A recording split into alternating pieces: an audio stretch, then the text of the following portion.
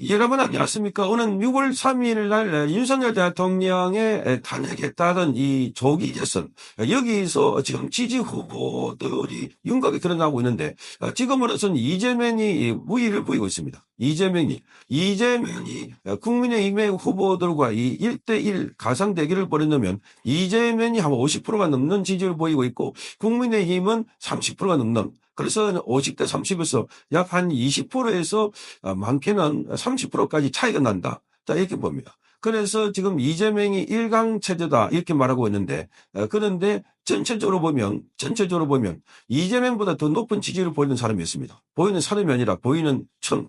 이게 부흥층입니다.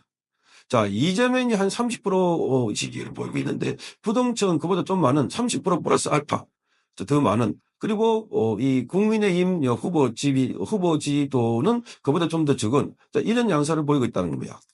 자, 이렇게 볼 때 이번 선거의 핵심은 바로 이 부동층이다. 자, 그런데 문제는 이 부동층에 대해서 부동층을 조사를 해봤더니 부동층은 이재명과 국민의힘 후보 양자 대결을 시켜봤더니 부동층에서는 오히려 이재명보다 국민의힘 지지도가 더 높게 나왔습니다. 자, 그래서 이재명은 실제로 국민의힘에서 단일화가 돼서 후보가 한 사람이 나오고 이재명하고 맞붙게 된다면 그래서 붙을 볼만하다. 가능성이 있다. 더군다나 부동층, 자, 여기에 지금 무당층이라는 사람들은 이재명에 그야말로 혐오하는 사람들. 도대체 그동안 뭐 지지 정당이 있다가도 이재명을 보니까 도저히 찍지 못하겠다. 이렇게 하는 사람들. 이재명이 실체를 많이 아는 사람들. 이재명의 욕설이나 이재명 범죄 행위나 이재명이 과거 살아온 이력을 아는 사람들은 도저히 이재명 같은 사람이 대한민국의 대통령이 돼서는 안 된다라고 생각하는 사람들이 많이 모여있던 걸로 풀이되고 있습니다. 자, 그래서 이재명이 국민의힘의 주요 주자들과 가상 양자 대결에서는 50%가 넘는 지지도를 기록했는데 전체 응답자의 18%가 무당층이라고 합니다. 무당층. 자, 이 무당층에서는 오히려 국민의힘 주자들이 이재명에게 앞선 것으로 나타나고 있습니다. 자, 그래서 정치 전문가들은 6.3 조기 대선이 민주당과 국민의힘 후보의 양자 대결 보도로 전개될 가능성이 크다고 보고 있는데, 이 때문에 무당층이나 또는 부동층 표심을 어느 쪽이 잡느냐가 승부의 변수가 될 수 있다. 핵심이 될 수 있다. 이렇게 보는 겁니다. 자, 한국갤럽이 뉴스원의 의뢰로 지난 6일부터 7일 1,008명을 대상으로 여론조사를 했습니다. 여기 보면 김문수, 안철수, 오세훈, 유승민, 한동훈, 홍준표 등등 양자 대결에서 이재명이 10에서 20%포인트 차이로 앞서고 있습니다. 10에서 20%포인트. 자, 그래서 지금 여기 보면은 이를테면 이재명이 35, 김문수 27, 이재명이 28, 뭐 안철수 33에서 쭉 차이가 나는데, 그런데 여기에 무당층을 보니까 30% 넘습니다. 무당층, 그러니까 이재명과 김문수, 안철수, 오세훈, 유승민, 한동훈, 홍준표 각각 대결시켜 보니까 가장 높은 층이 바로 무당층입니다. 단 옆다는 겁니다. 그 무당층이 36%, 35%, 36% 나오고 이재명이 28%에서부터 30%, 35%까지 나오는데 무당층이 1위고 이재명이 2위고 3등이 각각 국민의힘 후보였습니다. 자, 그러면 여기서 각각 정당 지지도는 어떻게 될까? 전체 정당 지지도. 정당 지지도를 보니까 더불어민주당의 정당 지지도는 43%입니다. 국민의힘은 31%입니다. 여기서 지금 무당층은 18% 됩니다. 18%. 조국당은 4%고 개혁신당은 2%인데 그래서 무당층 18%에서 이 무당층에 있는 사람만 대상으로 이재명하고 그리고 국민의힘 후보를 대시켜 보니까 그런데 여기는 무당층에서는 오히려 국민의힘 후보가 더 높게 나타났다. 자, 그래서 무당층에서는 주로 20%, 이재명은 20% 되고 국민의힘 쪽에 있는 후보는 30%대. 30%대 나타나고 있다.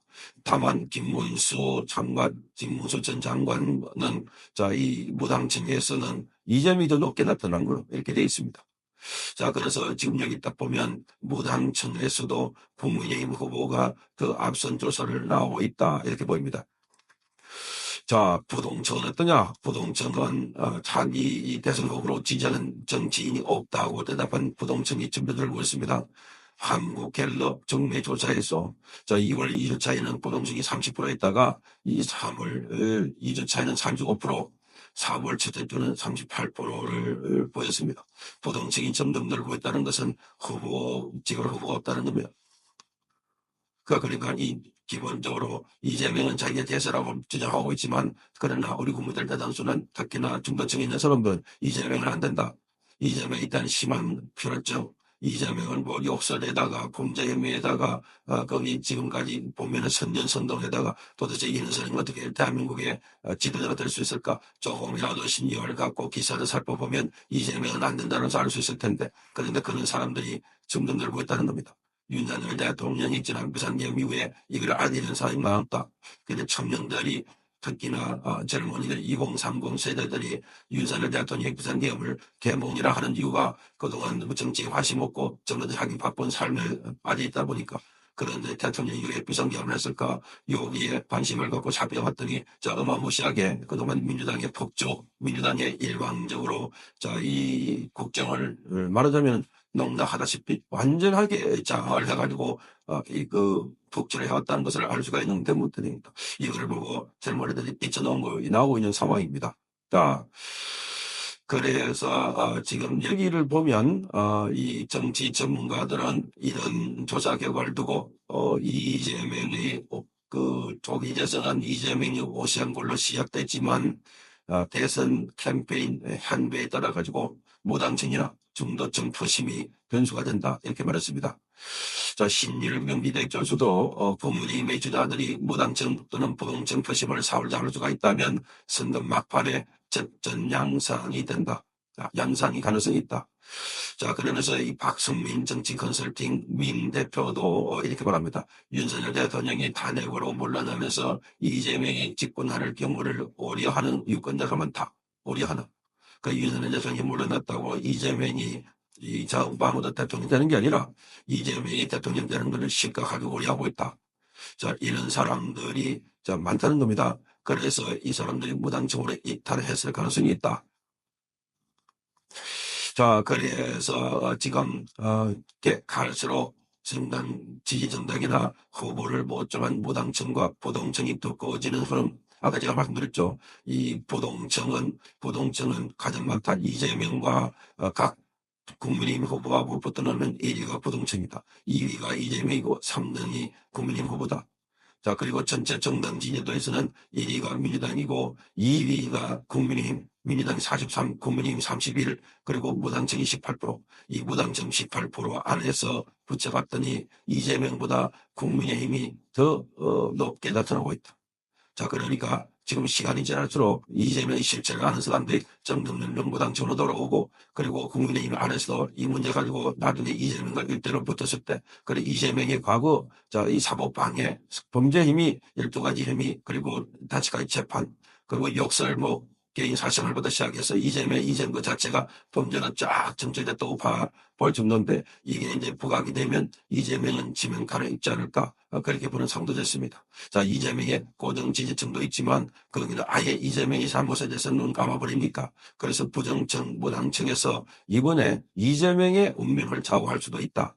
그런데 고정층, 무당층이 점점 늘어나는 것은 이재명 쪽에서 흘러나온 사람들이, 민주당 쪽에서 흘러나온 사람들이 많다는 점에서 이재명이 점점 위험해지고 있다. 이걸 볼 수가 있는 대목으로 보입니다. 성창경 TV였습니다.